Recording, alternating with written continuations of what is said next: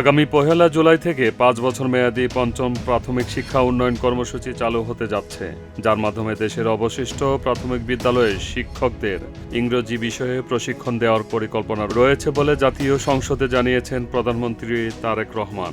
বুধবার ১৫ এপ্রিল সংসদের প্রথম অধিবেশনের ১৪তম দিনের প্রশ্ন উত্তর পর্বে তিনি এই তথ্য তুলে ধরেন। তিনি জানান, বর্তমান সরকারের অগ্রাধিকার হল প্রাথমিক শিক্ষার মান উন্নয়ন এবং শিক্ষকদের দক্ষতা বৃদ্ধি। বর্তমানে দেশে মোট প্রাথমিক শিক্ষকের সংখ্যা প্রায় ৩,৭৬,৪৮৯ জন। এর মধ্যে চলমান চতুর্থ প্রাথমিক শিক্ষা উন্নয়ন কর্মসূচির আওতায় ইতোমধ্যে প্রায় ১,৩০,০০০ শিক্ষককে ইংরেজি বিষয়ে প্রশিক্ষণ দেওয়া হয়েছে। নতুন কর্মসূচির মাধ্যমে বাকি শিক্ষকদেরও এই প্রশিক্ষণের আওতায় আনা হবে।